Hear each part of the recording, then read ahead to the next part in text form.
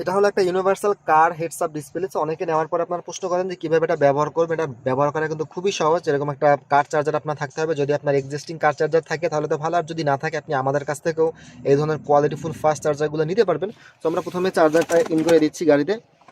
এই যে ইন করে দেওয়ার পর এটা শুধুমাত্র পাওয়ার দিলেই হচ্ছে। এই যে দেখেন পাওয়ার দিলাম, এই যে এটা কিন্তু এখন রানিং হবে। যখন আমরা এখন কিন্তু আমরা গাড়ি কিন্তু চলন্ত অবস্থায় নেই, গাড়ি কিন্তু থেমে আছে। তো আমরা এখন গাড়ি যখন চালাবো এটা জিপিএস এর সাথে কানেক্ট হয়ে এটা কিন্তু স্পিড শো করবে। আমি এখন দেখাচ্ছি। এই যে সো কানেক্ট দেওয়ার 3 থেকে 4 মিনিট পর দেখতে পারবেন আপনার ডিসপ্লেতে এখানে এরকম স্পিড শো করবে। যখন জিপিএস এর কানেকশনটা হয়ে যাবে তখন এরকম রিয়েল টাইম স্পিডটা পাবেন।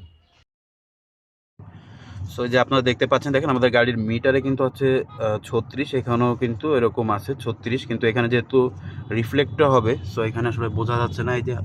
এই যে দেখেন আমাদের ওবিডি স্পোর্টের স্পিড আর গাড়ির রিয়েল স্পিড কিন্তু একদম সেম। দেখা যায় যে 1-2 কিলোমিটার আপ ডাউন থাকে।